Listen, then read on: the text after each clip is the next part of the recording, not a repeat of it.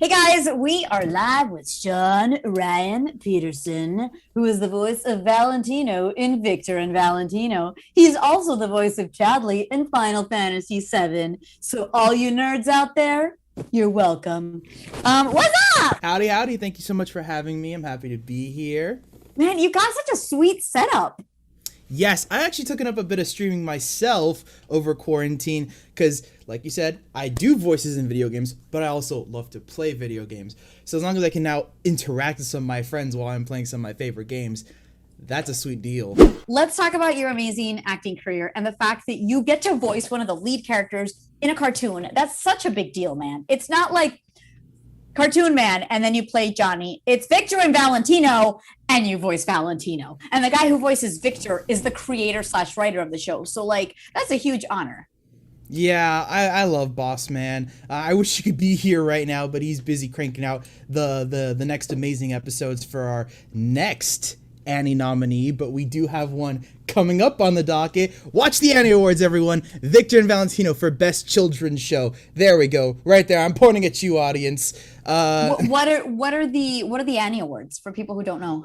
The Annie Awards are the premier voiceover awards and animation awards. So stuff like Best Voiceover Actor, Best Children's Show, Best Adult Show, Best Animation in a Live Action. You'll find all that stuff at the Annie Awards. It's like the Oscars, but it's the Annies. Yeah.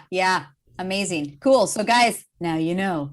How did this all come about? You have been pursuing acting since you were super young or in your teens. When did you start? Because like right now you're like 12, but Right now, I'm 12. I did it when I was 8. No, okay. I really did start when I was 8, though. I'm 20 now. It's been 12 years on the grind. And I feel like that's like a little number by some people's standards. Other people are like, yeah, I've been at this for 50 plus years. I'm like, okay. I mean, 12's a pretty decent amount of my lifespan. So my life so far. It's been, what, 3 or 2 years since I got on Victor and Valentino. Yeah. And I still remember the day when I was told I booked the show. You know, you get so many auditions across your desk, and sometimes you never hear back from them. That's okay. That happens. But like when I did that and I got the call back and I was like, whew, okay, call back, going straight to Cartoon Network Studio. I was like, okay, I've never been there before. Had you had callbacks for cartoons before, or this was the big? I've had a couple First big one. callbacks before where I've actually gone to Nick Studios, but I didn't. Throughout my 12 years, actually, I've probably count on one hand the amount of Cartoon Network projects I've seen. So to get a Cartoon Network project, get a callback for a Cartoon Network project, go to the studios to do the callback, I was like, okay. Okay, so you did this callback, and were you super nervous, or were you like, I'm cool, I'm Valentino, whatever? I like to think that I was super cool on the surface, like, walk in there, imagine these are sunglasses, like, hey guys, wearing my sunglasses indoors, it's me, Valentino, your next Valentino.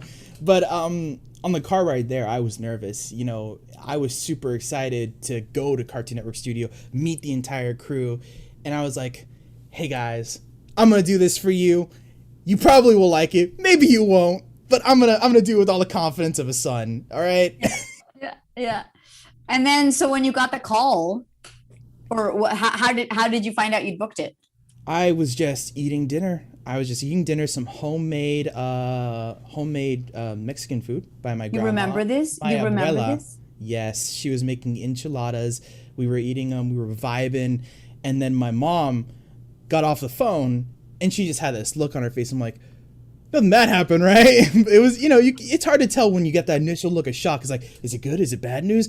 But it was good news. And she's like, Sean, you booked Victor and Valentino, the role of Valentino. I was like, oh, is she going to tell me I got like another character down the line that they consider me for? No, she's like, you got Valentino. I'm like, and I was just, I didn't know how to take it. I was like, okay, I'm feeling a lot of things. I'm processing a lot of things. It hit me full on like a sledgehammer 3 days later. I was sort of just sitting there in class. I'm like, yeah, I did that. Yeah, man, that's fucking amazing. I find it really well written and really funny. In fact, like it moves so fast. Like the characters speak so fast that sometimes I'm like trying to keep up with the jokes because there's a lot of little funny things written in that if you're not like totally focused, you'll miss them. They pack in a lot in 11 minutes. It's pretty crazy. Yeah, here's the thing about that fastness of the show. I speak very fast naturally, so like, I'm always being told like, I could catch all that. Run that by me again. I'm like, all right, I got it. I'm sorry. But I love how well written it is. And I really love the relationship between Valentino and Victor. Because, you know, despite the crazy setting, like finding ancient Aztec temples turned into a skate park by kids in the forest, hi Itzel, you know, it's the way Vic and Val interact is super realistic of like a pair of siblings growing up with their abuela. Like just the back and forth, like no you, making fun of each other's fears, poking fun. But at the end of the day, like when push comes to shove, no one's gonna be there for you like your sibling. Yeah. So you go in weekly to record for this. God, that must feel so great. You're a 20-year-old with a full-time job, which isn't a full-time job because it's only once a week. Well, yeah. I love going in. It, you know, in COVID, it could be all crazy. There's so many like outside pressures, like quarantine, vaccines. You can and can't go here or there. 2 masks now, but it's just like, I go to work Wednesday. I take all that baggage, just throw it out the window, off a cliff, completely ignore it because I'm there with some of my favorite people in the industry, recording a show that I absolutely love, and it's a freaking dream come true, man. Yeah. I really couldn't ask for anything more in a situation like this. Yeah, Vic is a selfish jerk, but his number one weakness is Sochi. Absolutely. I think I'm confusing you. I'm sorry, Senor Busy Man. Where are you? Freaking screen names. I'm trying. I really am. I was just going to bring up Sochi because you play Dungeons and Dragons with her on a Twitch.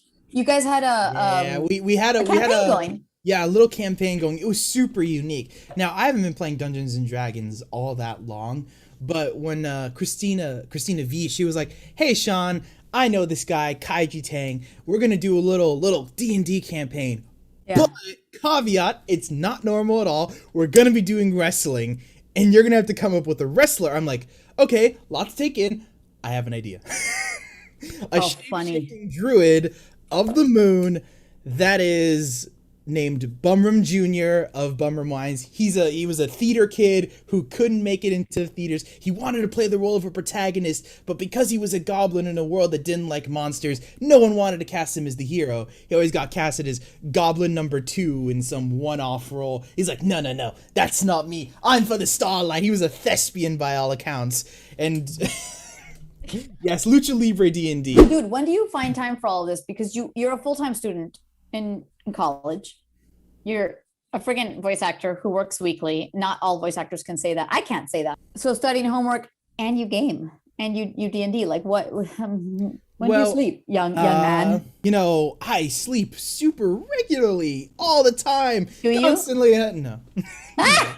Dude, I love to sleep. That's the problem. I want to sleep more than 8 hours. I love to sleep more than 8 hours too, which I usually save for the weekend. Now I'm just like, all right, I'll just sleep, catch up.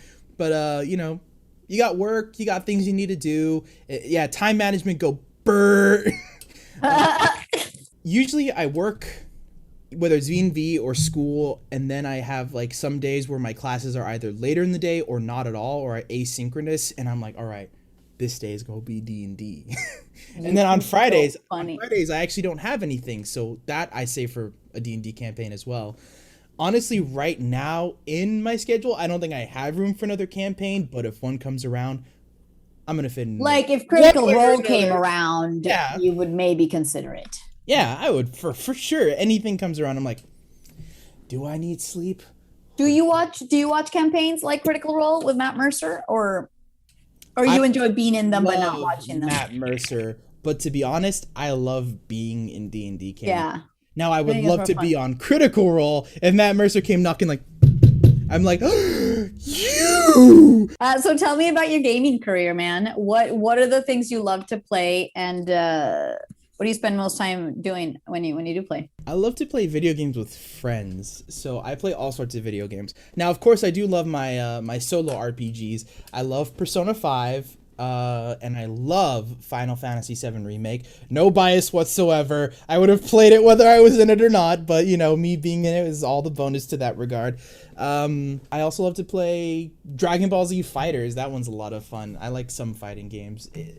I like strategy games, but those take a lot of time.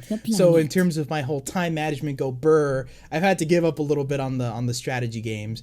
But I'm hoping over the summer I'm gonna stream some strategy games and be like, hey guys, watch me be okay at strategy games. Talk to me about accents. Do you love going in and out of them? Do you do a lot of characters? Like when you play, do you go in and out of voices? Yes, I love doing accents. For the most part, I kind of land in the British area of typical fantasy, but I've got a couple characters. Like I once had this Bayou fisherman character.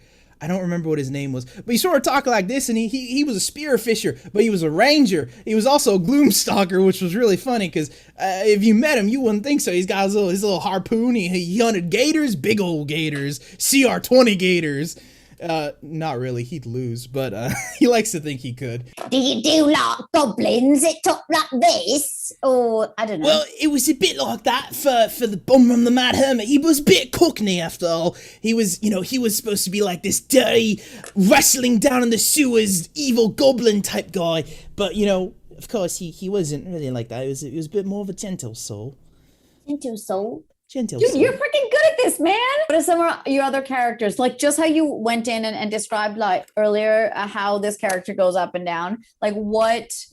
Tell me about the other characters you've created for these campaigns. Well, let's see. Alabaster, he's a bit of just a British guy, but if I'm being honest, like the characters you seem like, he's a bit of a dick, really. He may be noble, but because he has criminal ties, he hates his parents. He's like, God, I hate my parents. I wish my dad loves me, and he's got daddy issues. I always thought that was super funny about him. Wait, but this is brilliant because you don't sound like a dick. So the fact that you have such a gentle voice as you're being like, he's a dick, is almost like fucking with me. I'm going, wait a minute. He's like so all of his interactions with other people, it's always like snarky and just underhanded comments constantly. He's like, oh, I do the dance of nobility, we all give each other compliment sandwiches, everyone's like, oh, I love your dress, I hate your family by the way, but you look fabulous tonight. Oh yeah. It's just, God, can someone get me out of this party please, this place is wretched. I mean, God, your servants must be so good at cleaning this up because you obviously can't do anything for yourself. Let's talk about Chadley. What does Chadley sound like? Now, with a lot of my characters, actually, I find that they seem to really like my voice, but pitched up to a degree. So, Chadley, he sort of just talks like a higher pitch. Like, Cloud, hey, I know I work for Shinra, but I don't really like Shinra. But should you decide that I, don't really cater to your needs and that I might be betraying you behind your back, you may do what you do best and strike me down with that big sword. What's Joe Cray like in Fallout? Or Cray? How do I pronounce that? Joe Cray. I was like some like super young soldier who was like, oh boy, I want to be a soldier. My family never really believed in me, but I think I can be a soldier. Hey, welcome to the camp. You can run the training programs if you want, but oh, you want my equipment? Sure, I don't really have anything on hand. I can't give you my gun. It's jammed and I never learned how to fix it. Do you feel like the majority of the characters you voiced so far are very similar to you in tone? Yeah. You're also really young, so that's all, you're just opening up this voiceover world. Not to like be a grandma and say that, yeah, don't worry, be patient, you're young. I want to do something like that though. I want to do a voice that's a little more special, a little more unique, a little more cartoony, dare I say? Or cartoony. I've always wanted to do a character that kind of sounds like a pack-a-day smoke. That's great. I'm imagining him with like a cloud of smoke over him. Maybe we have to create a cartoon, man, and we just voice like a bunch of stuff. There's a show where we could put in all our favorite character archetypes. Hell yeah. And we know some animators, just, hey, Diego, on your off time. Sean, it has been a pleasure having you. I really, really appreciate you taking the time out. Please check out Victor and Valentino. I think it's such a beautiful show. It highlights Latinos and it's made by Latinos, with Latinos, not just for Latinos, but for everybody else. For everyone. Glorious education for everyone. All right, guys, you have been a ball. Sean, I want to sometimes say Ryan Sean Peterson, but that's because I have dyslexia. So I always have to make sure. Sean Ryan Peterson. Oh, guys, I joined TikTok and I've been doing videos as Rays and then also like trying to imitate all the voice actors in Valorant. If you haven't played Valorant, you could try, Sean. It's fun. I will try Valorant. I have not tried it yet. Yeah, no, it's too hard for me. But anyway.